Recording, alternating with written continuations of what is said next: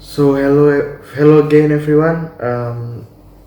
It's about 4 a.m. now, and I want to explain about strategic management, how exceptional managers realize a grand design. So in this sixth chapter, I want to explain about six subtopics. The first one is what is effective strategy. The second subtopic is the strategic management process. The third subtopic is establishing the mission, vision, and value statements. The fourth subtopic is assessing the current reality. The fifth subtopic is formulating the grand strategy.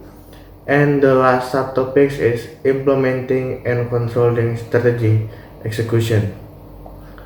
So we will answer many questions regarding to this chapter, and I hope you guys enjoy. So stay tuned. So the first subtopics is what is effective strategy, and there are two questions. The first question is what is strategic positioning, and what are the three principles underlying it. So strategic positioning attempts to achieve sustainable competitive advantage by preserving what is distinctive about a company. Um, it is based on the principle that strategy is the creation of a unique and valuable position, requires trade-offs in competing, and involving creating a fit among activities. So strategic positioning and its principle. According to Porter, Porter is the professor of Harvard Business School. So according to him, strategic positioning attempts to achieve sustainable competitive advantage by preserving what is distinctive about a company. It means performing different activities from rivals or performing similar activities in different way. So there are three keys that underlie the strategic positioning. The first key, strategy is the creation of a unique and valuable position. So strategic positioning emerges from three sources. The first one, few needs, many customers. So strategic position can be derived from serving the few needs of many customers. Example, GV Lube provides only lubricants, but it provides them to all kind of people with all kind of motorcycles. Second source, broad needs, few customers. A strategic position may be based on serving the broad needs of just a few customers. For example, wealth management and investment advisory firm called Bessemer Trust. They focus exclusively on high net worth clients. The third source is broad needs, many customers. So strategy may be oriented towards serving the broad needs of many customers. For example, National Movie Theater operator called Carmike Cinemas operates only in cities with popularities of fewer than 200,000 people. The next one is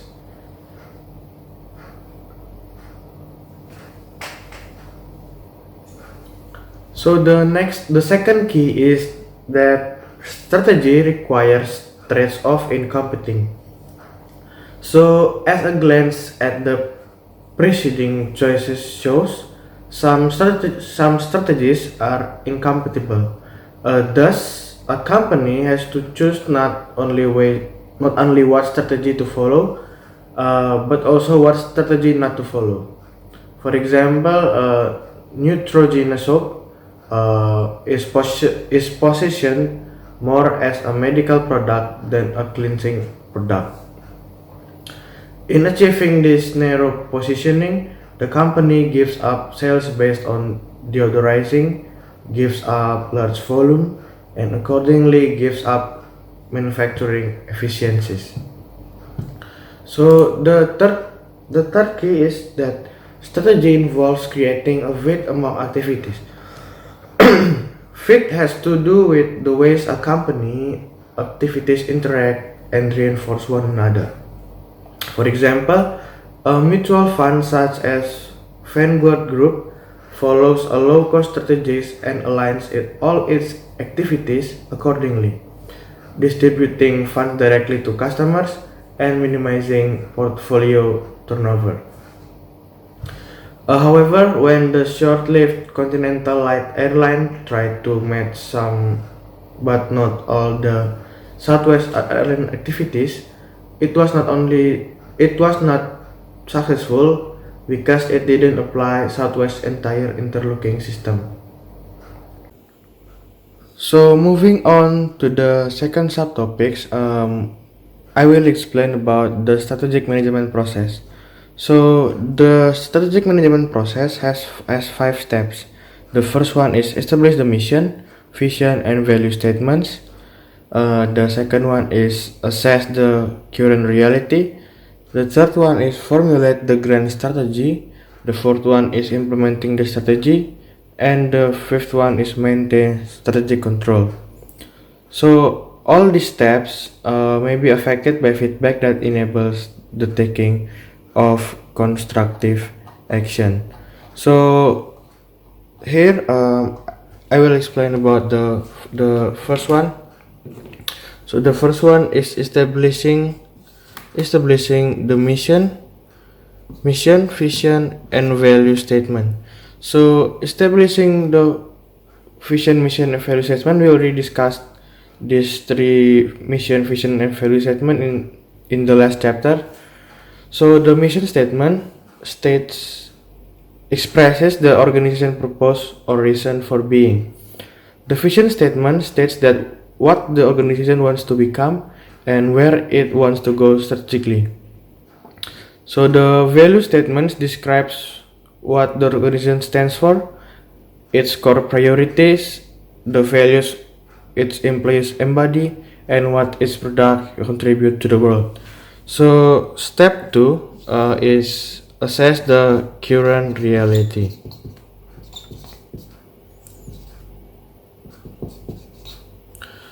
So the second step is to do a current reality assessment or organizational assessment to look at where the organization stands and see what is working and what could be different so as to maximize efficiency and effectiveness in achieving the organization mission. So among the tools for assessing the current reality are SWOT analysis, forecasting, benchmarking, and Porter's model for industry analysis, and we will discuss it later. So step 3 is formulate the grand strategy.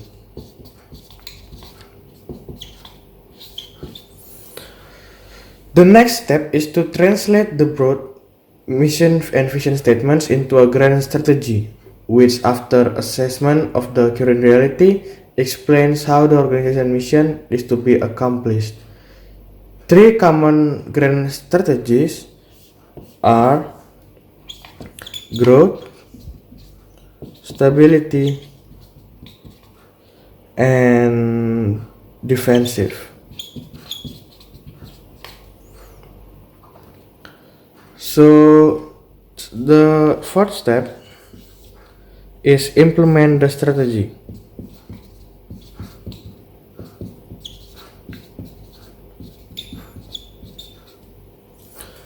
So putting strategic plans into effect is strategy implementation.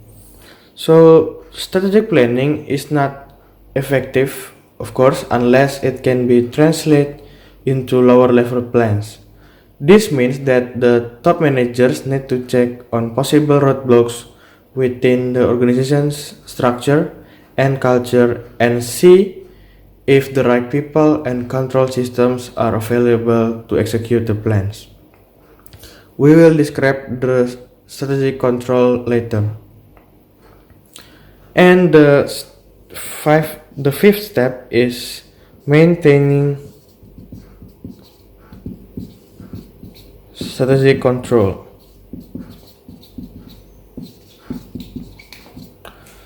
So, strategic control consists of monitoring the execution of strategy and making adjustments. To keep strategic plans on track, managers need to control systems to monitor progress and take corrective actions early and rapidly when things start to go awry. So, corrective action constitutes a feedback loop in which a problem requires that managers return to an earlier step to rethink policies, redo budgets, or revise personnel arrangements. So, we will discuss the strategic implementation and strategic control later.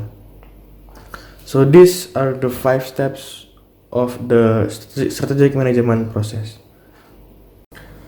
So, moving on to the third subtopics, the next one is establishing the mission, vision, and value statements. So, the question in these subtopics is, what are the characteristics of good vision, mission, and value statements? So, a mission statement should express the organization's purpose or reason for being. A vision statement should be positive and inspiring, and it should stretch the organization and its employees to achieve a desired future state that appears beyond its reach. So, a value statement should describe what the organization stands for, its core priorities, and the value its employees embody and what its products contribute to the world. So, the first one is the characteristic of a good mission statement. So, the mission, as we said, is the organization's purpose or reason for being. It is expressed in a mission statement. For example, the mission statement of McGraw-Hill Education, publisher of my management book, their mission statement is to accelerate learning through intuitive, engaging, efficient, and effective experiences grounded in research. So the next one is the characteristic of a good vision statement. So an organization vision, it's a long-term goal of what it wants to become, is expressed in a vision statement, which describes its long-term direction and strategic intent. For example, Walt Disney. Walt Disney original vision for Disneyland went in part like this. Disneyland will be something of a fair and an exhibition, a playground, a community center, a museum of living facts, and a showplace of beauty and magic. It will be filled with accomplishment, the joys of hopes of the world we live in, and it will remind us and show us how to make those wonders part of our own life. So, although a vision statement can be short, it should be positive and inspiring, and it should stretch the organization and its employees to achieve a desired future state that appears beyond its reach. Google's vision, you guys know Google, right? For example, is to provide access to the world information in just one click. For the non-profit Smithsonian Institution, it is shaping the future by preserving our heritage, discovering new knowledge, and sharing our resources with the world. Um, so the characteristic of a good value statement, an organization's value expressed in a value statement, which should describe what the organization stands for, uh, its core priorities, the values its employees somebody, and what its products contributes to the world. It is important that value statement not be hollow statements, bland, toothless, dishonest, which can create cynicism among employees and customers. So they must be ingrained, inherent, and sacrosanct. They can never be compromised. If you are not willing to accept the pain, if you are not willing to accept the real pain values incur. So here is the core of value statement. It's called HEART principle. HEART. H stands for honesty. E stands for excellence. A stands for accountability. R stands for respect, and T stands for teamwork. Okay, now we are moving to the fourth subtopics, that is assessing the current reality. So the question is, what tools can help me describe where the organization stands from a competitive point of view? So to develop a grand strategy, we need to gather data and make projection using tools of competitive intelligence, SWOT analysis, forecasting, benchmarking, and Porter's model of industry analysis. So we will discuss it one by one. So the first one is competitive intelligence. So practicing competitive intelligence means gaining information about one competitor's activities so that you can anticipate their moves and react appropriately. If you are a manager, one of your worst nightmare is a competitor will surprise you with a service or product that will revolutionize the market and force you to try to play catch up. Successful companies make it a point to conduct competitive intelligence. So the next one is SWOT analysis. So SWOT stands for strength, weakness, opportunities, and threats. So the S strengths is an insight matters.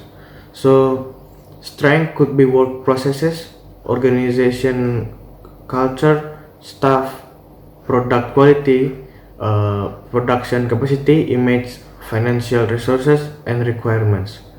So W stands for weakness. Weakness is still an insight matters. So weakness could be in the same categories as stated for strength. So like work processes, organization culture, and many more. It can be the weakness. The next one is opportunities. Opportunities is an outside matters. So opportunities could be market segment analysis, industry and competition analysis, impact of technology and an organization, product analysis, governmental impacts, and other external matters. So T stands for threats. Threats is outside matters too. So threats could be in the same categories as stated for opportunities like market segment analysis and many more. So we are moving to the third the third uh, third tool, that is forecasting. So once they have analyzed their organization strength, weakness, opportunities, and threats, planners need to do forecasting for making long-term strategy. So a forecast is a vision or projection of a future. So lots of people make prediction and often they are wrong.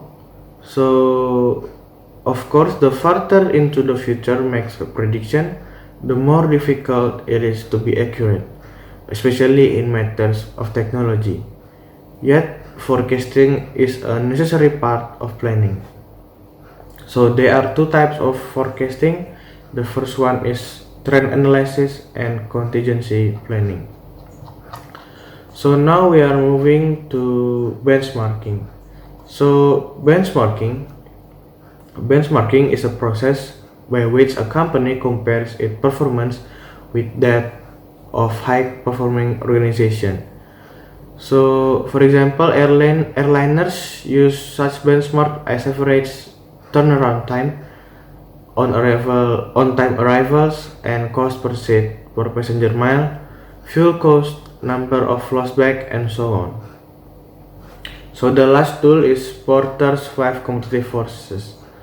So Porter's 5 competitive forces are the first, threats of new entrants, bargaining power of suppliers, bargaining power of buyers, threats of substitute products or services, and the rivalry among competitors. So moving on to the fifth subtopics, it is formulating the grand strategy. So the question is, how can the four techniques which are Porter's four competitive strategies, diversification strategy, blue ocean strategy, and the BCG matrix help us formulate strategy. So strategies may be growth, stability, or defensive strategies. So strategy formulation makes use of several concepts, including the Porter's four competitive strategies, diversification, including vertical integration, blue ocean strategy, and the BCG matrix. So we are going to explain. I'm going to explain the Porter for competitive strategies. So Porter's four competitive strategies, also called the four generic strategies, are cost leadership, differentiation, cost focus, and focused differentiation. So the first two strategies focus on wide markets, and so the first one are the cost leadership and differentiation. So and the last two is focus on narrow markets. The last two is are cost focus and focus differentiation. So Time Warner, which produces lots of media and publication, serves wide markets around the world. So your neighborhood video store serves a narrow market of just local customers. The next one is single product strategy versus diversification strategy.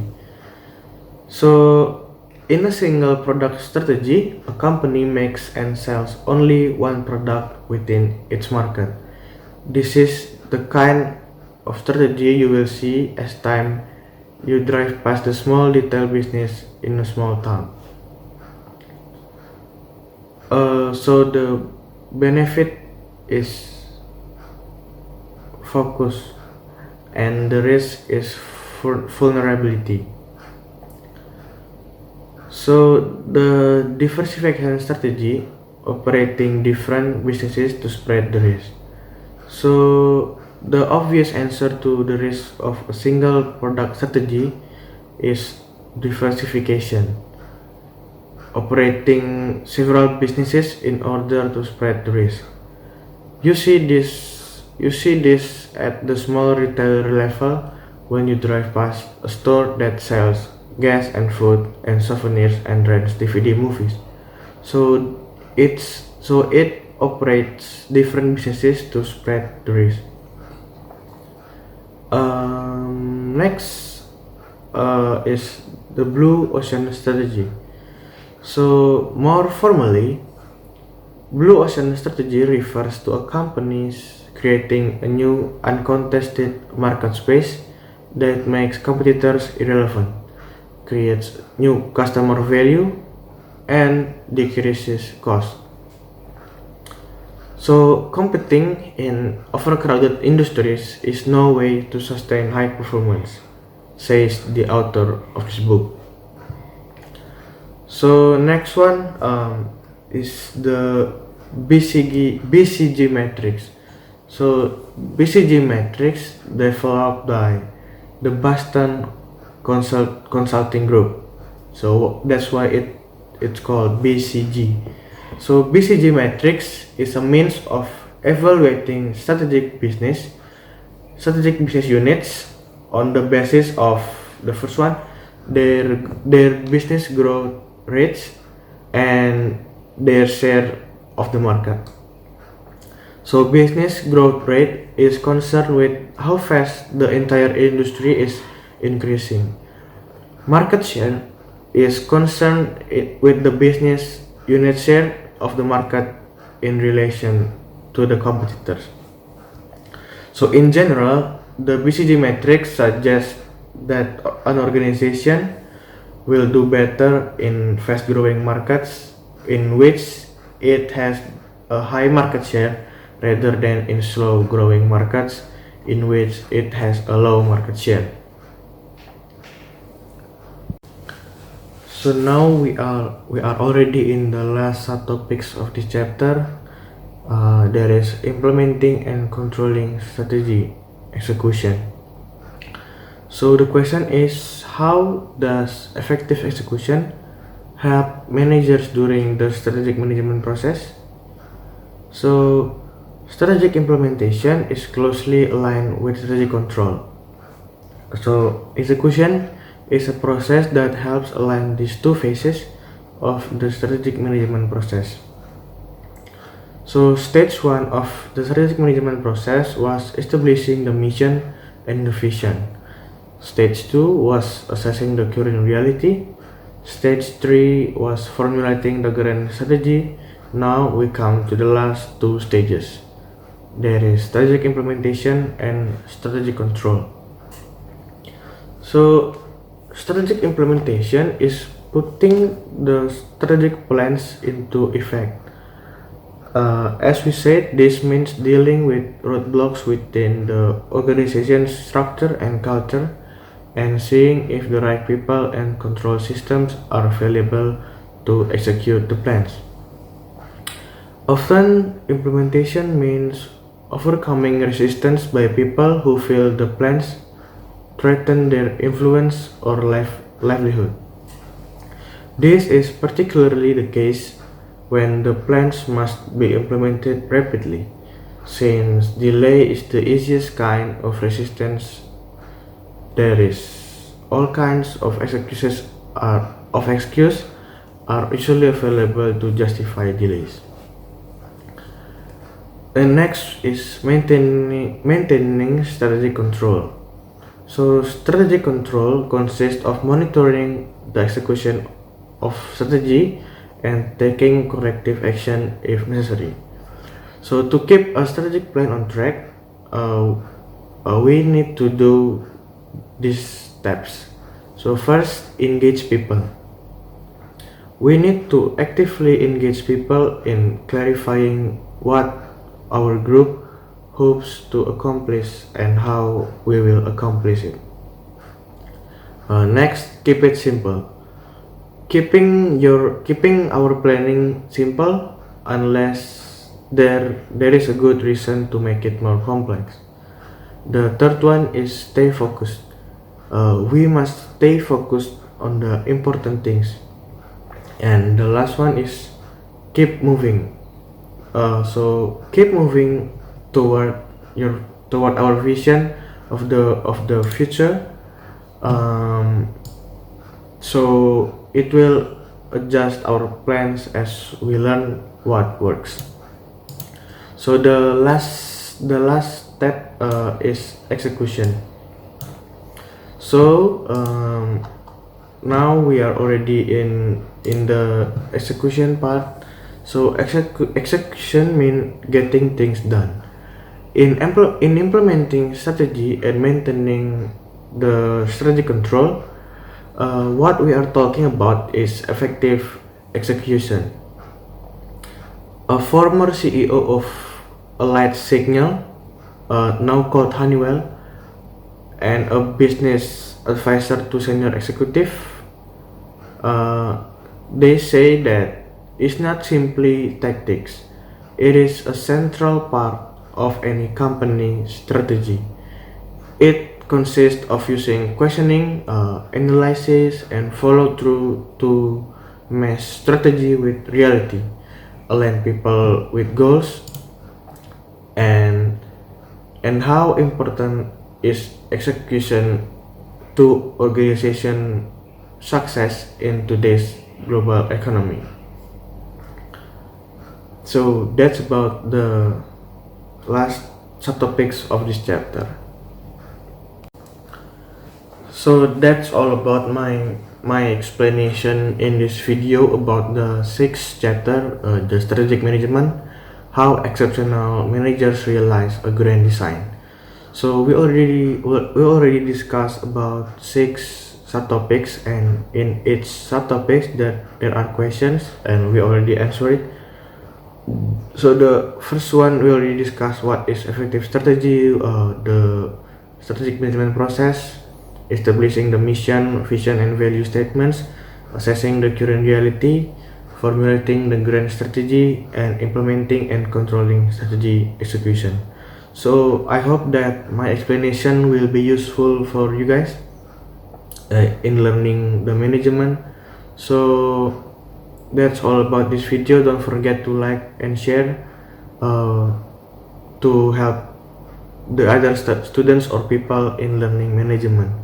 Thank you and see you in the next video.